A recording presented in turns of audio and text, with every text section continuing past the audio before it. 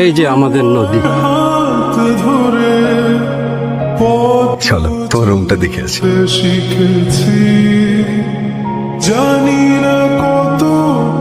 নদী, তুমি একা শোয়েছ, বুঝতে দাওনি কিছু।